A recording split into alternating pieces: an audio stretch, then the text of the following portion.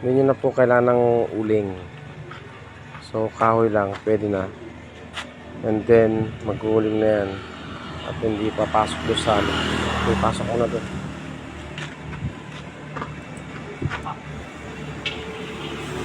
Oh, pato, pato. Lechong pato po tayo ngayon. Sa sayad.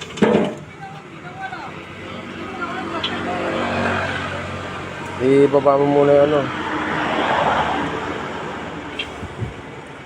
Mataas yung bato.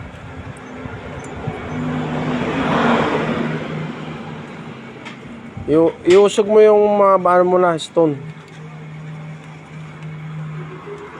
Iusog mo ng konti.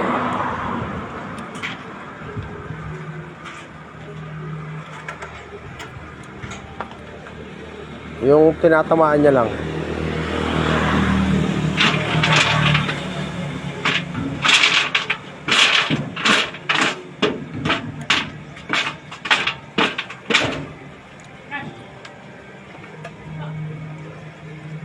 Isa lang ba yung tumatama? Yung malaki, no? Malaki kasi yung pato. Ba't di mo kasi pinahiga yung ano? Pinahiga. Sana pinahiga mo yung ano.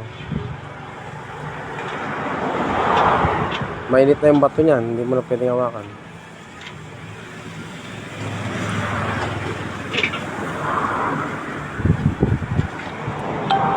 Putulin mo na yung puwet. Pipreto din naman yan. Dapat pinahiga mo yung tabas pala. Mahaba yung tabas. Oo. Pero itutuwag mo rin siya para sama sa lechon. Malaki masyado yung pato. Dapat ayun na parang pa vertical ba? Horizontal dapat yung ano niya.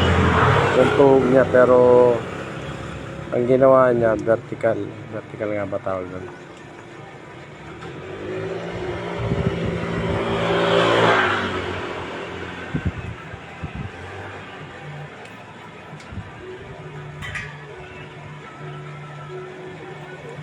Yan.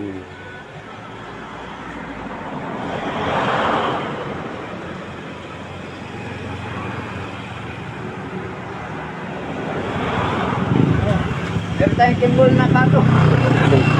Kimol. Patong kimol.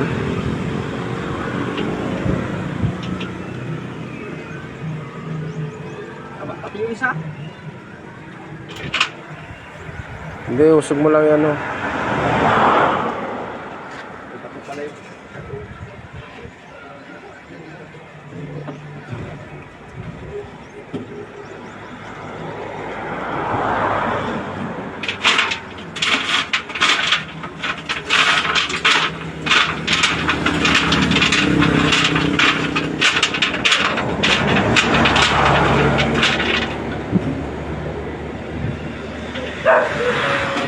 Pwede nang ano yan is pwede yan.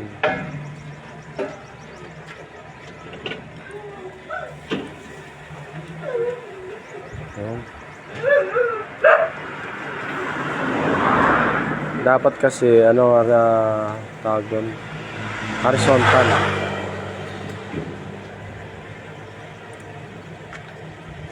At hindi nakasaraduhan yan.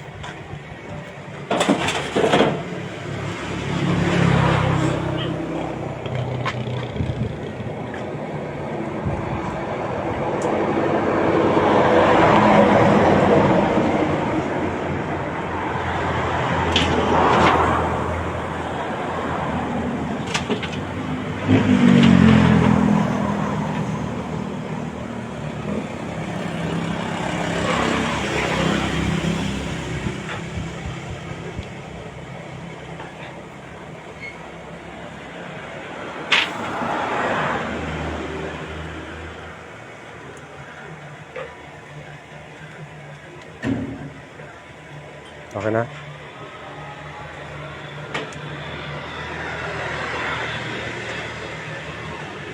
Nakaiwala yung kimol niya.